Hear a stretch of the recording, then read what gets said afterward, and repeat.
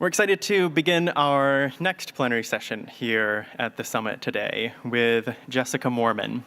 Dr. Jessica Moerman is a climate and environmental scientist, a pastor, an educator, and an advocate, currently serving as the president and CEO of the Evangelical Environmental Network.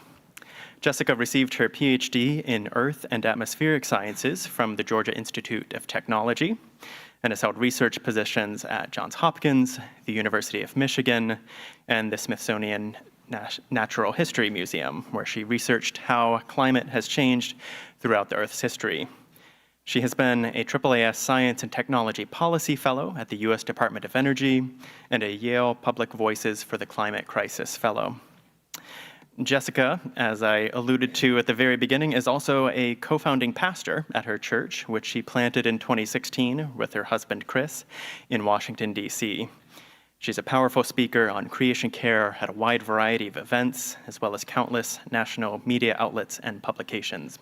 And I know I always learn a lot when I get to hear her speak, so we're grateful to have her here with us today.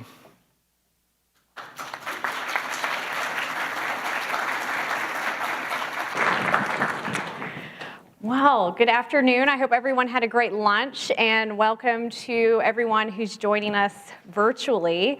As David said, I am a climate scientist by training, and the one thing that I want you to know about me is that I am a climate scientist because of my faith in Christ.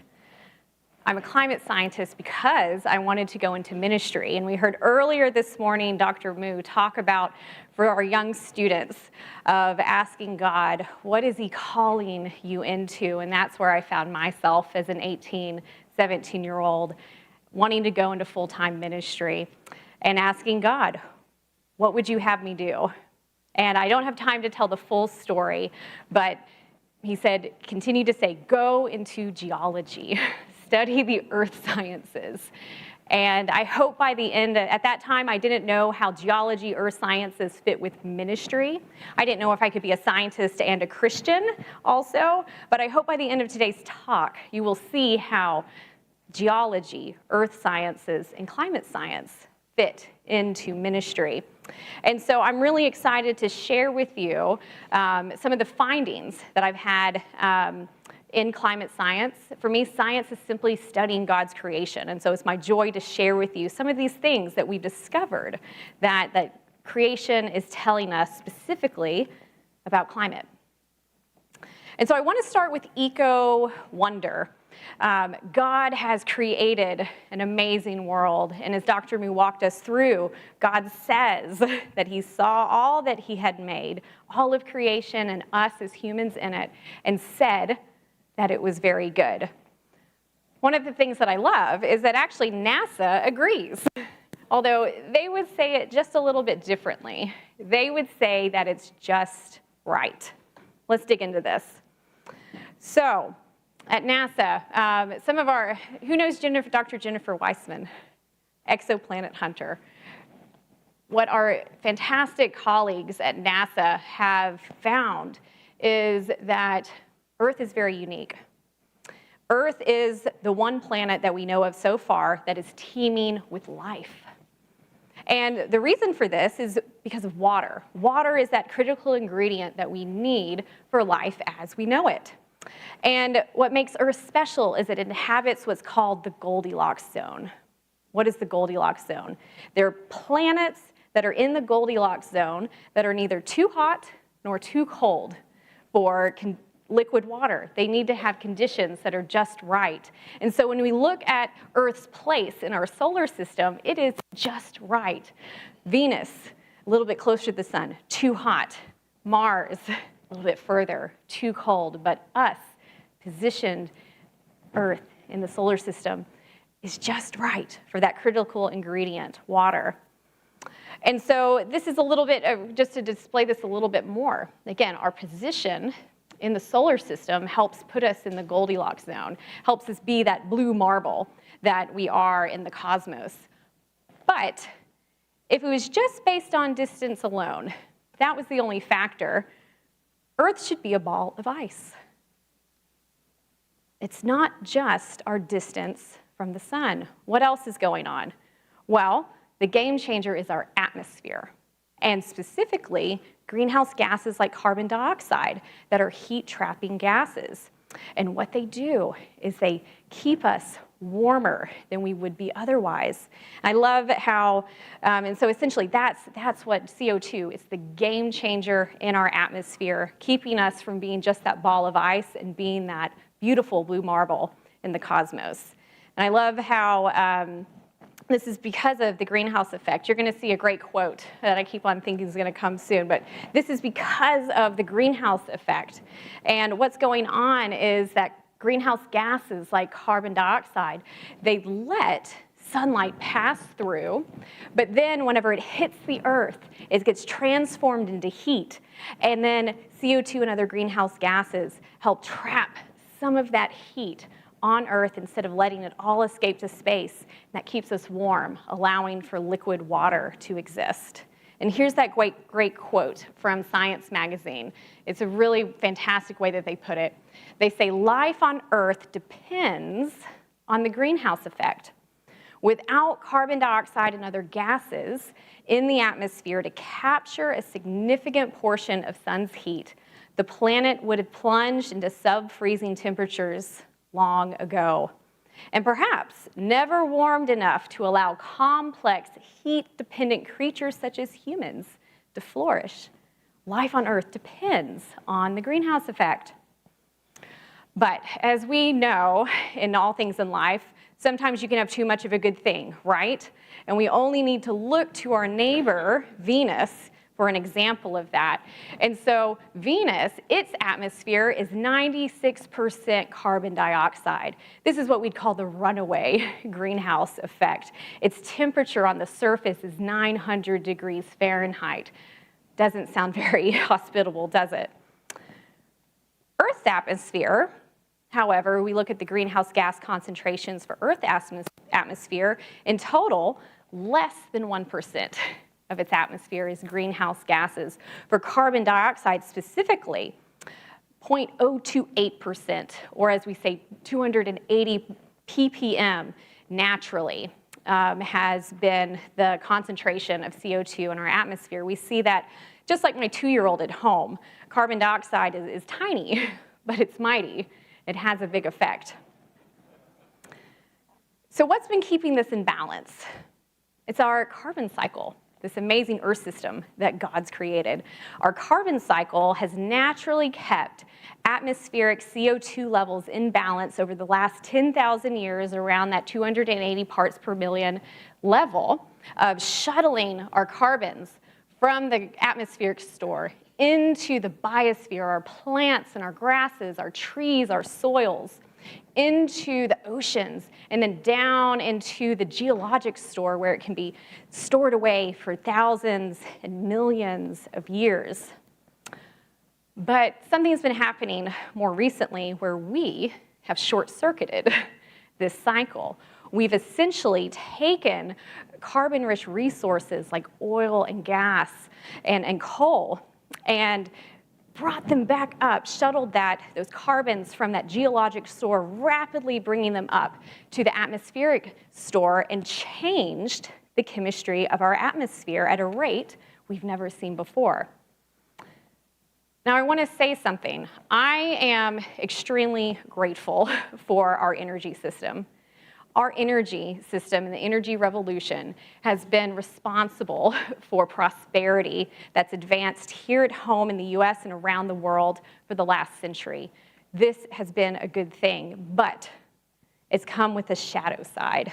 And that shadow side is the emissions. The shadow side has been the carbon dioxide and the other greenhouse gases that is, again, taken rapidly out of the geologic store and put it into the atmosphere. And so it's had an effect. It's had an effect on the greenhouse effect, what's called the human-enhanced greenhouse effect. And essentially, over the past 150 years, we've increased our carbon dioxide levels about 1.5 times over that natural baseline that kept everything in balance. And that's had a big impact on how much heat, that heat-trapping blanket, how much heat is staying on the Earth and driving the global warming that we see today. This is a wonder, but it also brings us then to our eco-challenge that we're facing today. I want to show you a graph. This may be a familiar graph to you. This is the global average temperature curve. So over the last, since 1880, looking at it in temperature change space, temperature anomaly space above a baseline temperature. And what we've seen, if you were to take all of our weather stations and our monitoring systems of looking at global temperature across the world and average them all together, this is what we get, and we see this steady rise towards warmer and warmer temperatures. In fact, 1 degree Celsius above that baseline reference temperature, or 1.8 degrees Fahrenheit.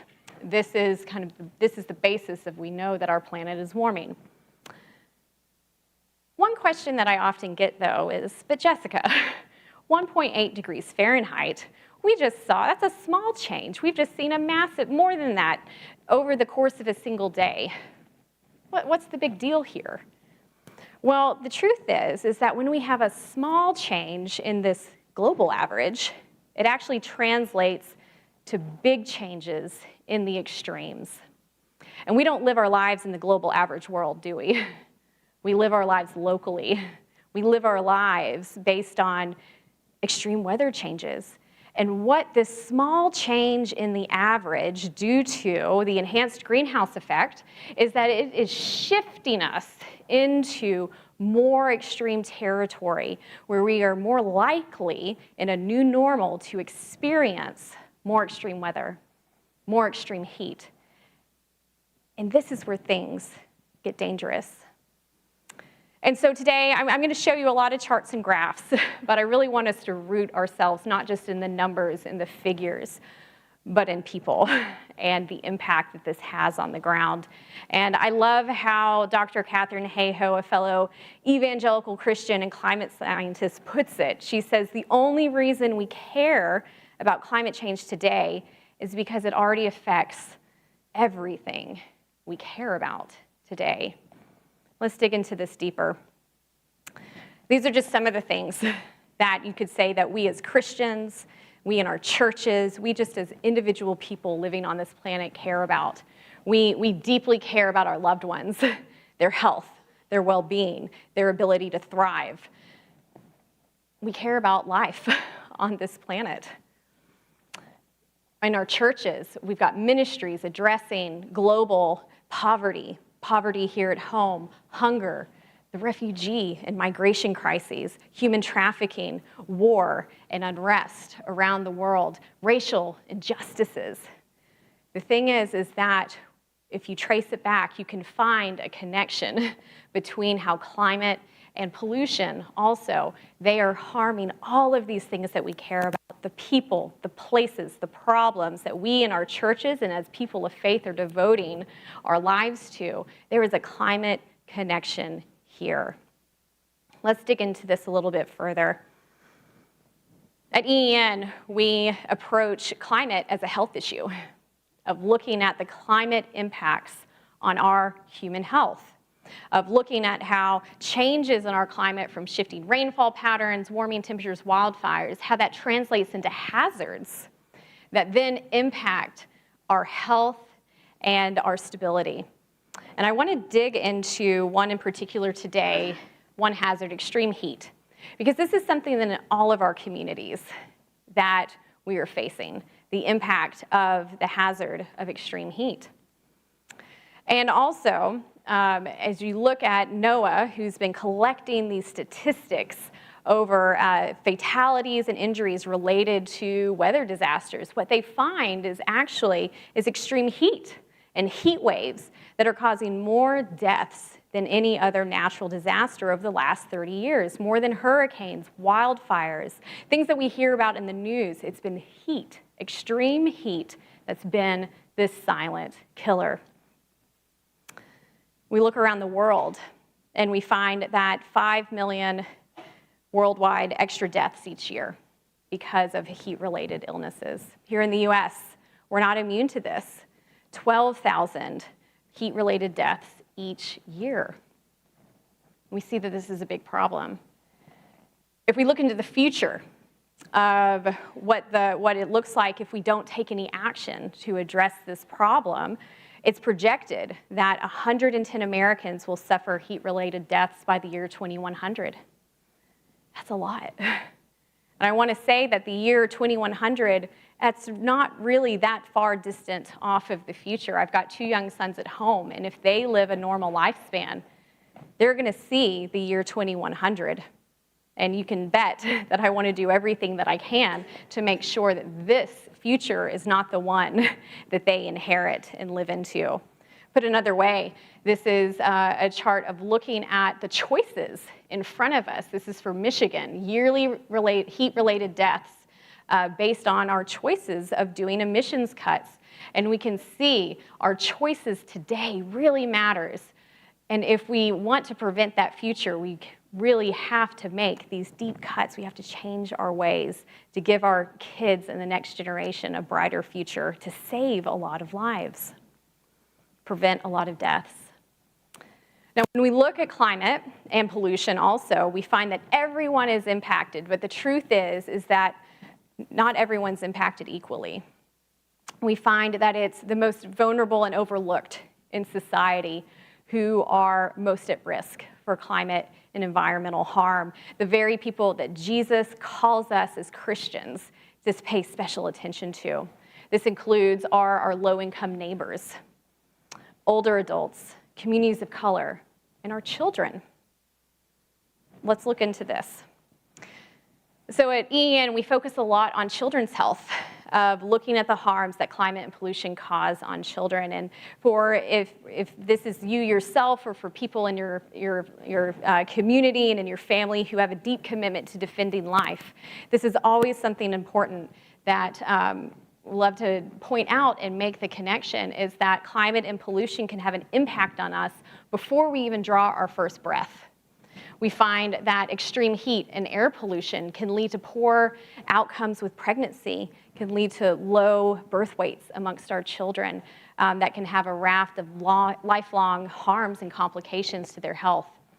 Preterm delivery, even stillbirth. Look at our younger kids, our infants. Physiologically, their bodies can't regulate that heat as well, and that puts them at greater risk for heat-related illnesses. Our kids outside, student athletes, kids playing out on the playground, they're outside more. That's putting them more at risk. We can look at others who are more at risk for extreme heat, adults over 65, people with pre-existing medical conditions, and those without access to air conditioning. That includes our low-income neighbors, communities of color, people experiencing homelessness, outdoor workers, and again, our kids as student athletes and just simply playing outside are at more risk for those extreme heat-related illnesses. And this played out very dramatically 2 years ago during the Pacific Northwest heat dome that settled over Washington State and Oregon and British Columbia. There were extremes in British Columbia that were the same as Death Valley, reaching temperatures of over 120 degrees Fahrenheit. And you can say this is in an area that's not prepared to deal with temperatures like that, right? And this became the deadliest weather event in Washington State's history. And looking at across the region, nearly 1,500 deaths because of heat. And when they looked at who this impacted most, it was often seniors living in homes without air conditioning. It just moves my heart. And knowing that this isn't just a one-off event. Indeed, my fellow climate scientists who are in the science of climate attribution went and looked at what is the impact of climate on this event. And what they found was that this event is what they would call a once in a millennia extreme weather event, meaning it would expected to happen only once in 1,000 years. But what they found was that because of climate change, it was 150 times more likely to happen. exposure is not equal. This is a map of my current home, Washington, D.C., and some work that I participated in. We were interested in figuring out, did different neighborhoods experience the heat wave, a heat wave that was coming, would they experience it the same? And what we found was very much no. We found some areas of town in the green experienced degrees of just 85 degrees Fahrenheit, but in other parts of town, over 100 degrees. That's a 15-degree difference there just from neighborhood to neighborhood. That's a big difference. We wanted to find out who were the people living in these neighborhoods. And what we found is that based on income level, it was our poorer neighborhoods that were having the most extreme heat, those who were least able to cope with that extreme heat. It was also our communities of color that more likely were in those hotter neighborhoods. And looking across the country, we found that this isn't just a Washington, D.C. thing. The same pattern plays out in cities across our country, large and small, of where it's our poorest neighbors and our communities of color who are experiencing the most extreme heat. And this is because of the legacy of disinvestment in these communities and unjust housing practices. We're seeing this play out of where climate change is making these injustices worse. We also know for pollution, there is disparity there, and a racially based disparity of where race is the most significant predictor of a person living near contaminated air, water, and soil. And I think I'll speak for myself. Whenever I see this, my soul just cries out, this is not fair. This is not right. So one of the questions I often get, though, is, Jessica, I hear that this is a problem, but hasn't climate always changed throughout Earth's history, throughout its past? What if today is just a part of another natural cycle?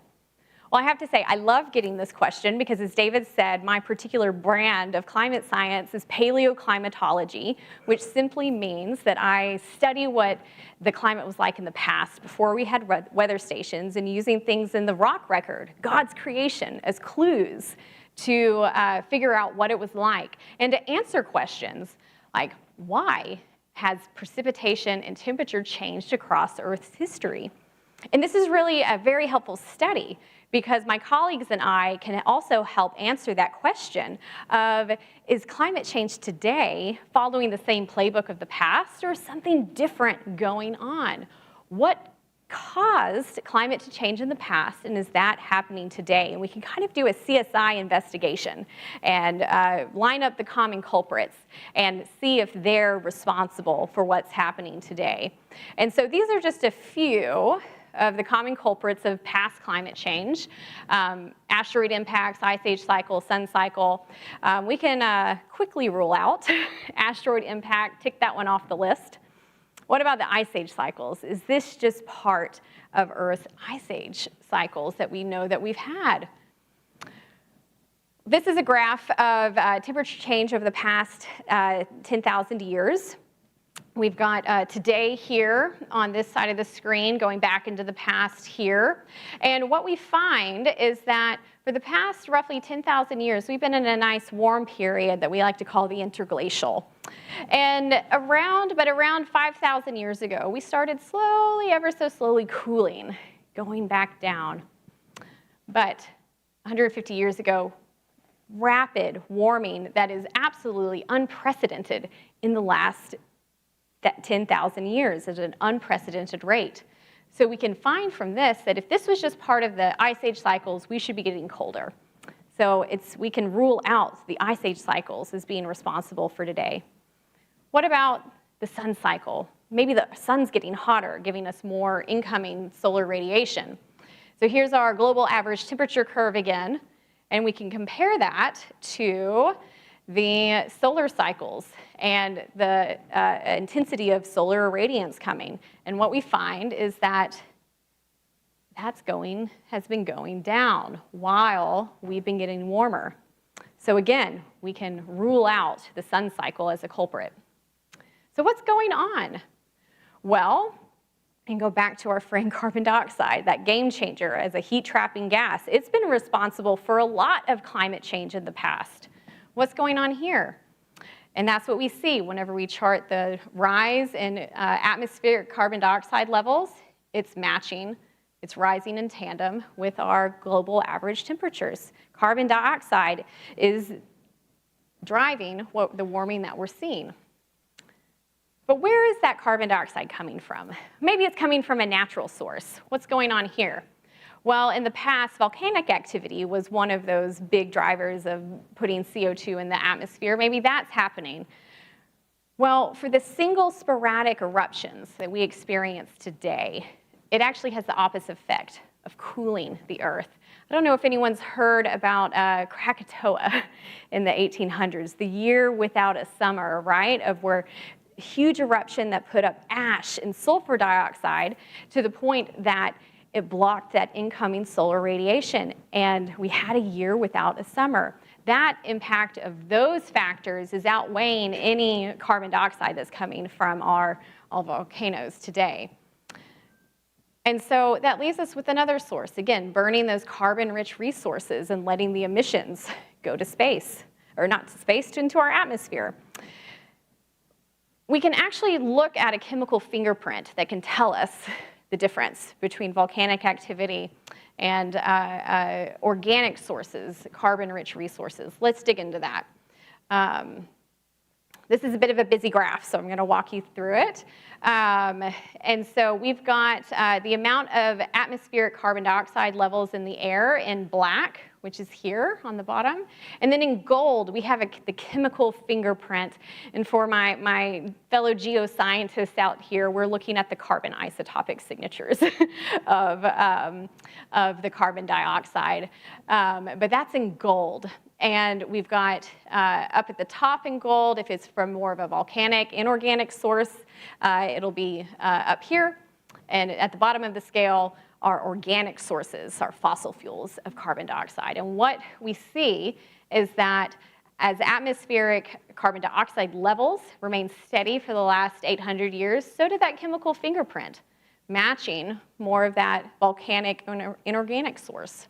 But then when we started burning fossil fuels in 1850 and seeing the rise of the atmospheric carbon dioxide levels, at the same time, our chemical fingerprint started trending towards that organic fossil fuel source. We can put the fingerprint of our human activity, know exactly where the source of our carbon dioxide is coming from. And again, it's not these common culprits of the past. It is our activity of using carbon-rich energy sources and letting those emissions go to the atmosphere. It's us. And I have to tell you, as a paleoclimatologist, I look at this and I say it's good news. It's good news that it's coming from, that it's not part of any of these natural sources. And I'll tell you more about that. Why I call it good news is, for the course of human history, our relationship with the climate has been that we have been impacting, or that the climate has been impacting us. Climate has had an impact on our ability to survive. We flipped the script, and now it's us impacting the climate. And this is good news because it means for the first time in human history, we have the power to do something about it. Before, when it was just part of a natural cycle, when climate changed, we were at the mercy of nature. But because it is us, we have the power and the agency to do something about it. And as Dr. Moo said, we do have the tools and the technology and the know-how to solve this problem. We've got human ingenuity that is given to us by God, the ultimate innovator who has made us in his image. We can do something about it. We just have to choose to put that into place. And so that brings us to eco-opportunity, the opportunity at hand. And so while we know that the Defense Department, they call climate change a threat multiplier, and we've seen how it makes bad situations worse, when I look at climate solutions, I see benefit multipliers. We can go back to our matrix of our things that we care about. And again, as climate change makes these problems worse, when we engage in the solutions, we have the opportunity to make these better. I love how the Lancet Medical Journal puts it, one of the premier medical journals. They say tackling climate change is the greatest opportunity for global health there is. The greatest opportunity. Let's look at why.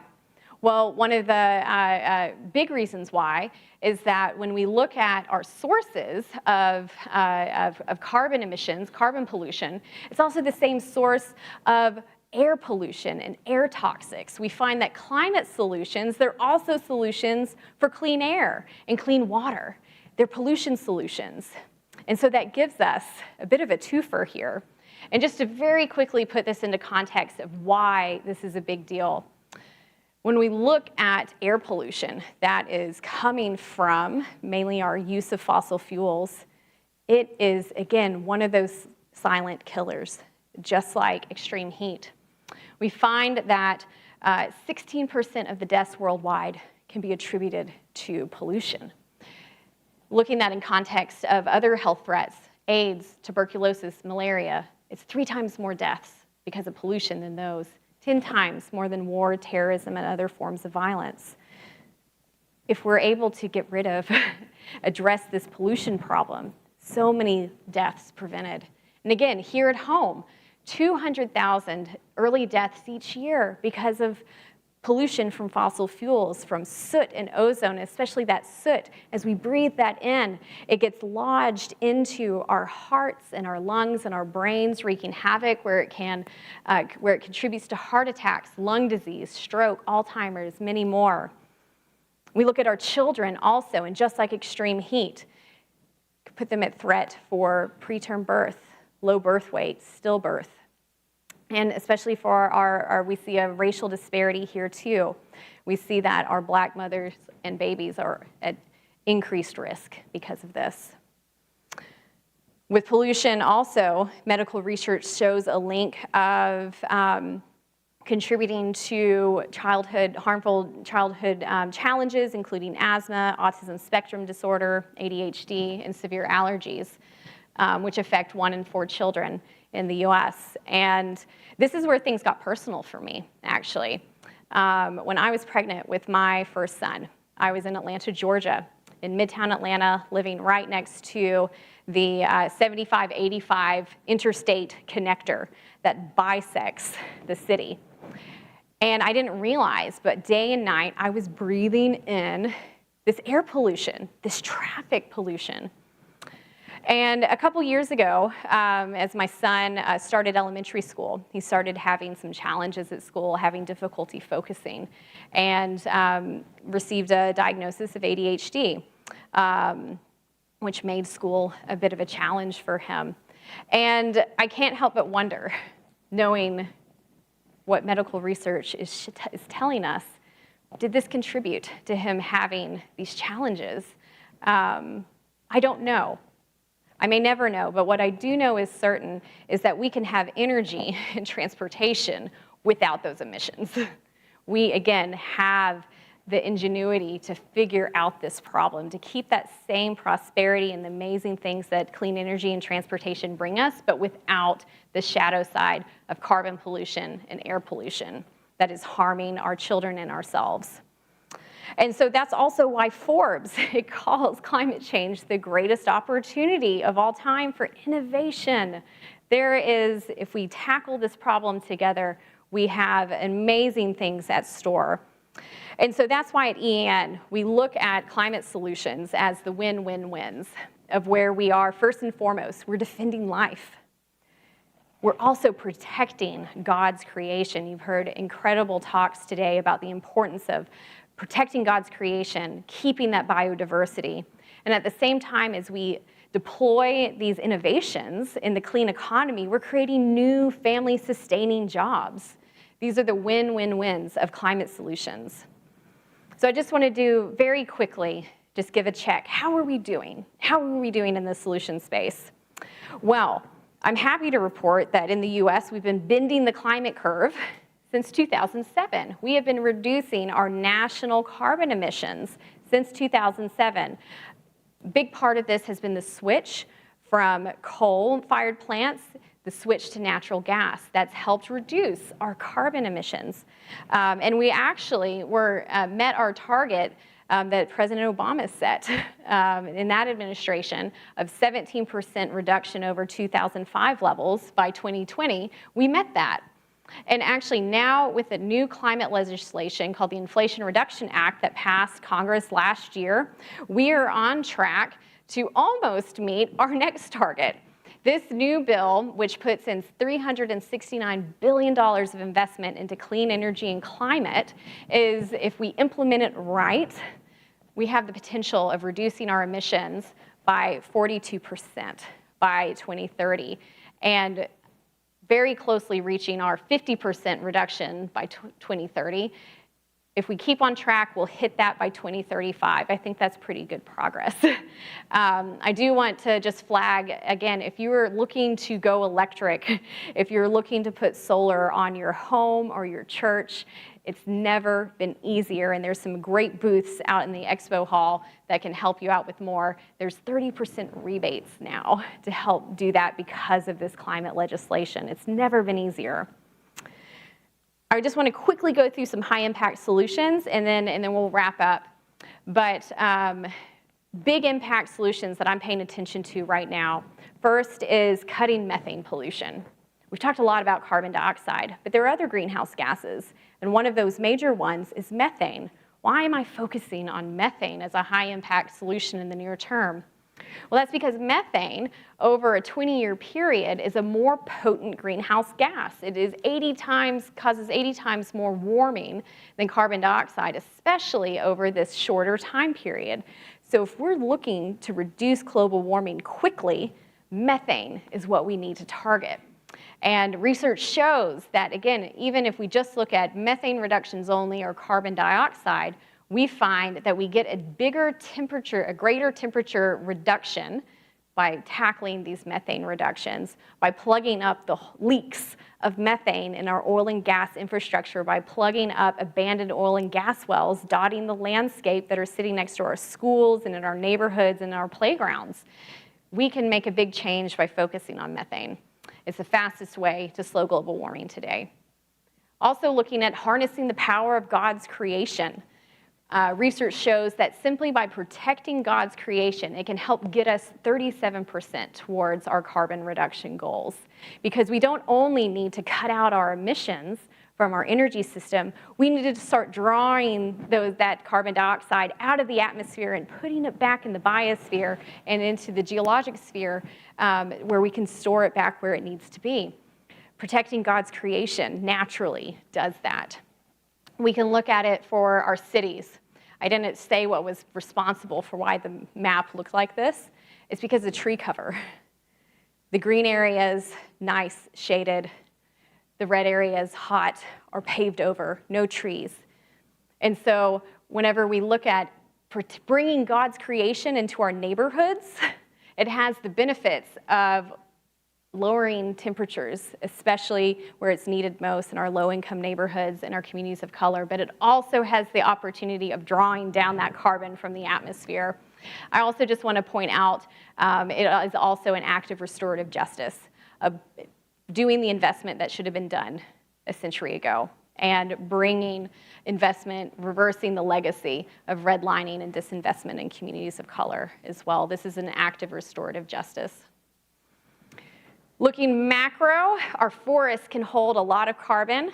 So can our agriculture system. And so this is just a plug for our farmers of being a key part of the solution of drawing carbon out of the atmosphere, putting it back into their soils where it can enrich our food. And it actually also makes them more resilient to climate extremes, doing climate smart, conservation forward agriculture practices.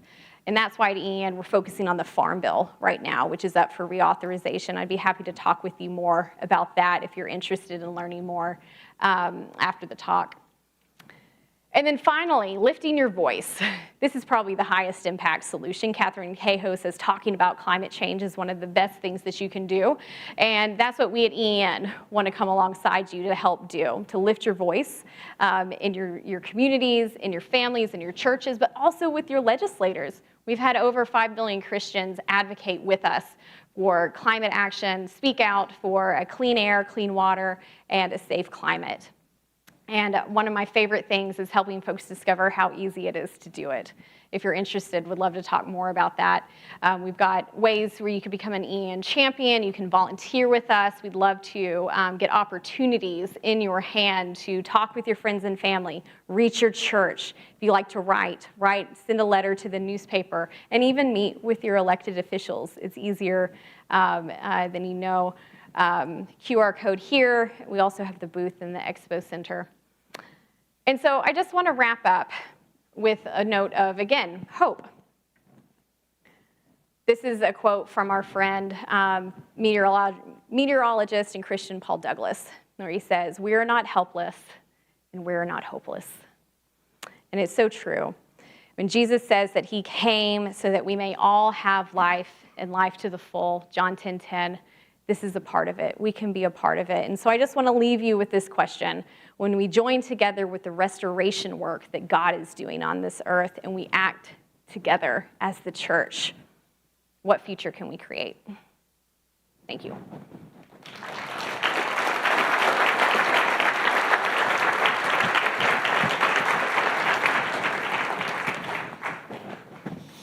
Okay, Jessica, thank you so much. That was really helpful. We've had a number of good questions come in, so we'll see what we can get through here with them. One of them was that you've talked to a lot of audiences over the years about creation care and climate change with a range of audiences. And have you noticed any changes or trends in that conversation over the years? Anything in particular that worries you, that encourages you? I'll start with the encouragement. I've seen a change of, again, I walked through, how do we know it's us? Just the basic climate science. I find that more folks are wanting to know, what can I do about it? And they get that, that this is a problem, and they want to know what the solutions are. And so that's the conversation that I love having. And you know what is also very encouraging is I am having those conversations in the church with folks who you wouldn't maybe expect. And then also I've been having those conversations in Congress as well.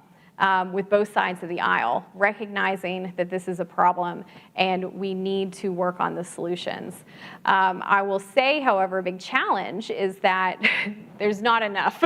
We still need more people to get to that spot of having that solutions conversation. And oftentimes where I found a lot of fertile ground to have that solutions conversation is when I frame it in a different way.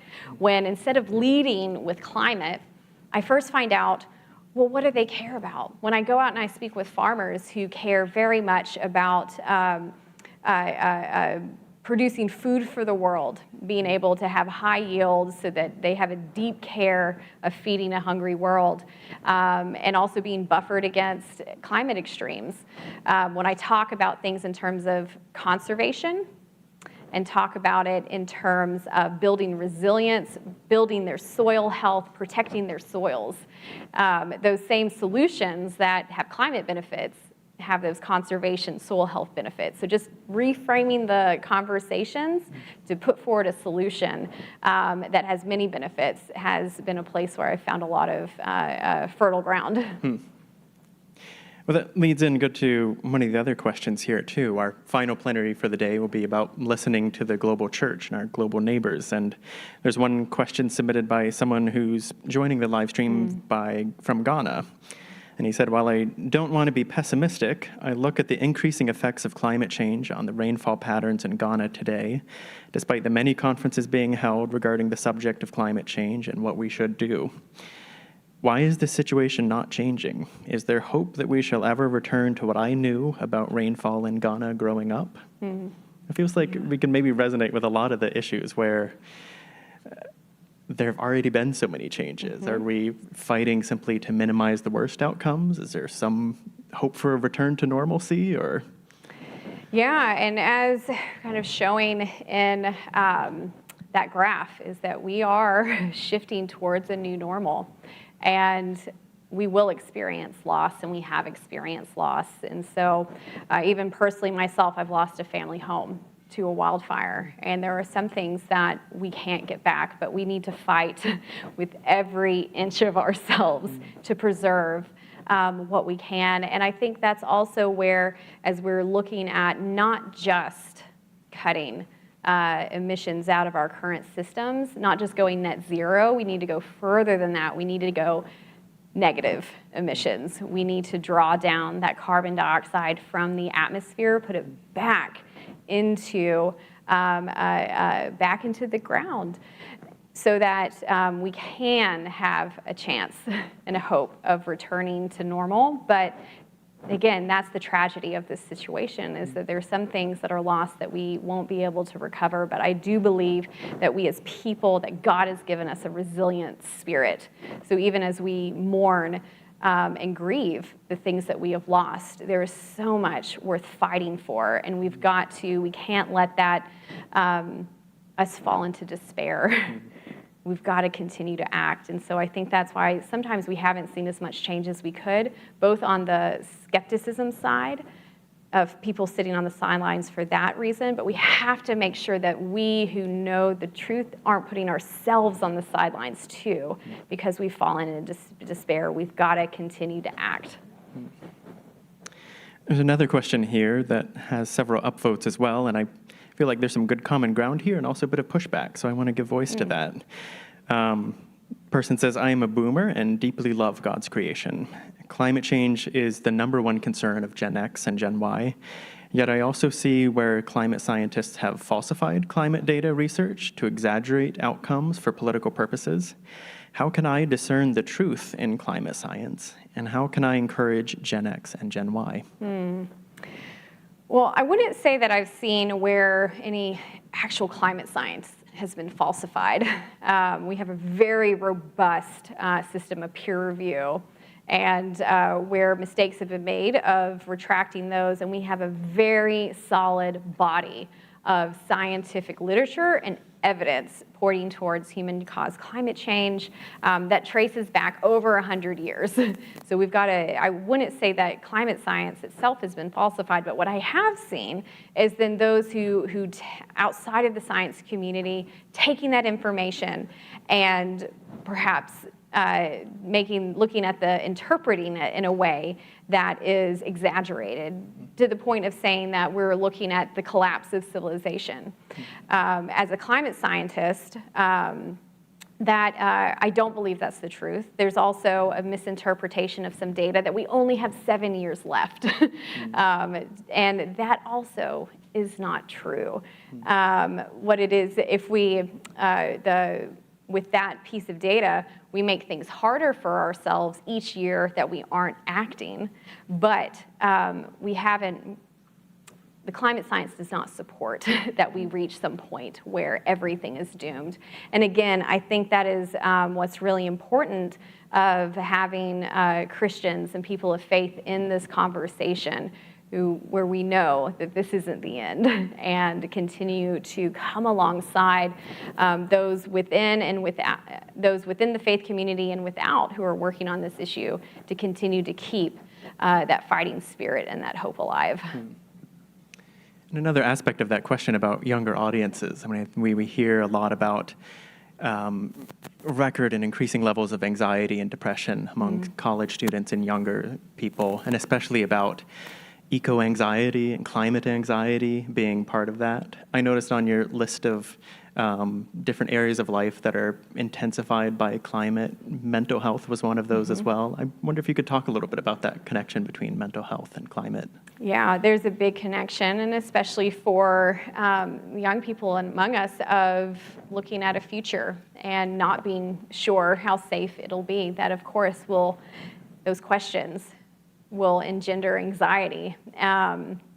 Also see it actually among our farmers, who report that extreme weather is one of the key stressors to mental health crises of uncertainty there in the weather. And so we're seeing this across the board. And the true antidote to that is taking action, of feeling like you have agency to do something. And again, that's why I think it's so important to continue to address that question that, again, this isn't part of a natural cycle. This is our activity.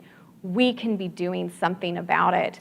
And that, especially, I do believe that we are have begun at an inflection point of turning the tide, especially with that new climate legislation.